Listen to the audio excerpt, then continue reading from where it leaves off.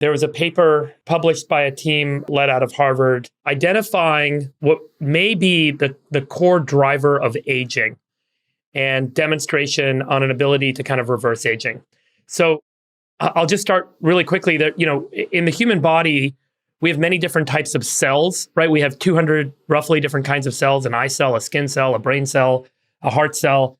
They all have the same DNA, the same genetic code, the same genome at the nucleus of that cell. What makes those cells different, and the reason they act and behave differently, is they have different gene expression, meaning different genes in that cell are turned on and off.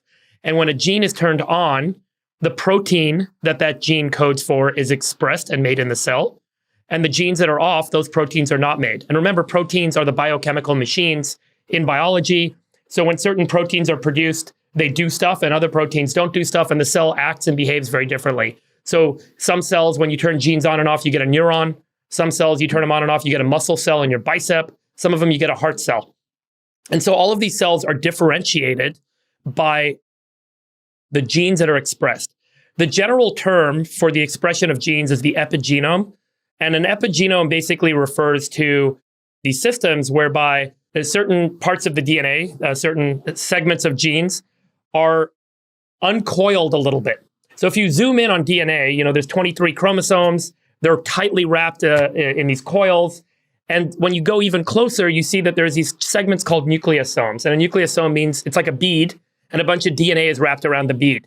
And how closely those beads are together, how much the DNA is wrapped, allows a segment of the DNA to be opened up and then expressed, meaning copies of the DNA are turned into RNA, which floats into this thing called the ribosome, and the ribosome is the protein printer. So the more these little segments of genome are exposed, the more they're expressed.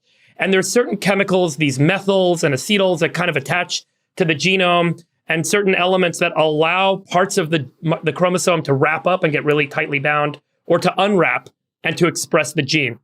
So the epigenome is almost, you can think about it like the software, and the genome or the DNA is the hardware. And so the hardware basically defines what you can make. The epigenome defines what is being made, what stuff is turned on and what stuff is turned off. So this paper and this work that was done, historically, we've always thought that aging meant that over time, the DNA in our cells was mutating and errors were accumulating in the DNA. And as a result of those errors, the cells start to dysfunction. And what these guys really did a good job of proving with this paper is that it may not be mutations in the DNA that's causing aging, but actually changes in the epigenome, and that the DNA remains pretty stable and pretty consistent over time. And the way they did this is they broke the DNA. And just so you guys know, every second of your life, about 1 million breaks in DNA in cells throughout your body are happening. Your DNA is being broken up, and then there's all this machinery in your cell that fixes the DNA when it breaks. Now, what happens when it fixes it, it turns out it's actually really good at fixing it, and the DNA doesn't change. And we historically thought that the DNA changed a lot, and mutations accumulate over time. But in reality, what may be happening is as your DNA gets fixed, the epigenome, the acetyl and methyl groups on the gene, the chromosome, don't get put in the right place. And over time, what happens is the epigenome degrades. And this is considered, and a lot of people refer to this now as the information theory of aging. You can kind of think about making a lot of copies of software, a lot of copies of a photo in a photo printer over time. And every time you make a copy, there's a little error, and those errors accumulate. And the errors that accumulate cause the epigenome to change. And as a result, certain genes are turned on that are supposed to be off, and certain genes are turned off that are supposed to be turned on. And then those cells start to get dysfunctional because the wrong proteins are being made and the cell can no longer do what it's supposed to do. So what these guys... Could it be the ribosome as well that gets screwed up over time, the printer? The ribosome is a pretty static protein. It just does its thing. And there's hundreds of ribosomes in a cell. So, if one of them's dysfunctional, it just doesn't do anything. And then the other ones kind of step in and do it. So the ribosomes are constantly running. What these guys did is they basically took two populations of mice, and they gave the one population of mice a certain thing that caused its DNA to break at 3 times the rate of the other population. And then as the DNA broke, they could see that this mouse population got older and older faster. But what they did is they then sequenced the DNA of the 2 populations of mice. And what they showed is that the older mice, the ones that had their DNA changing a lot, by the way, these were genetically identical mice, the ones that had their DNA broken a lot more, they had the correct genome. Their genome was the exact same as the other mice that stayed young.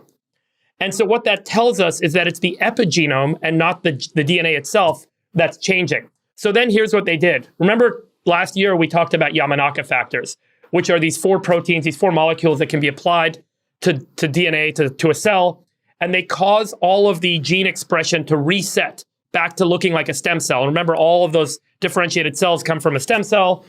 And when they did that, the older population of mice suddenly started to act younger, and all of the measures of age reversed.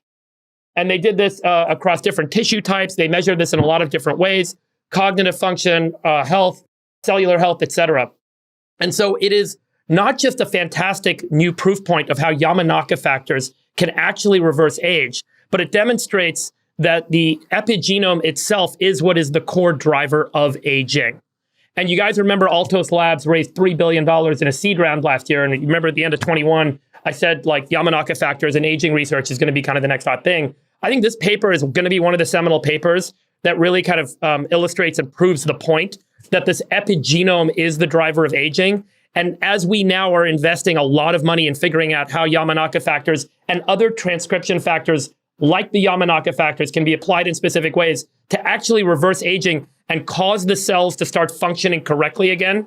And then people will start to act and resolve in a healthy way.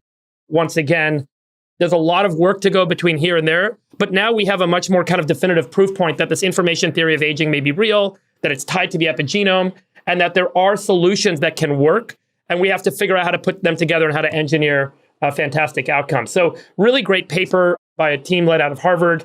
I think really validates a lot of the work and the money that's going into this space, both in the public and the private sector. And obviously a lot of new startups kind of chasing this opportunity to figure out how we can use these transcription factors to reverse aging, and that this may end up leading us to a much kind of healthier life. And by the way, when they applied those Yamanaka factors to the mice lived 107% longer than they were supposed to.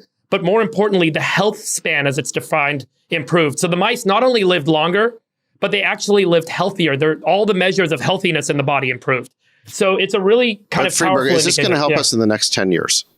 It may. Yeah, it very well may. There are now some therapeutic efforts. Is that how long they gave you Science? They gave you Science Corner. I feel like Science Corner should only discuss things that can happen in the next few years. Let's put it that way.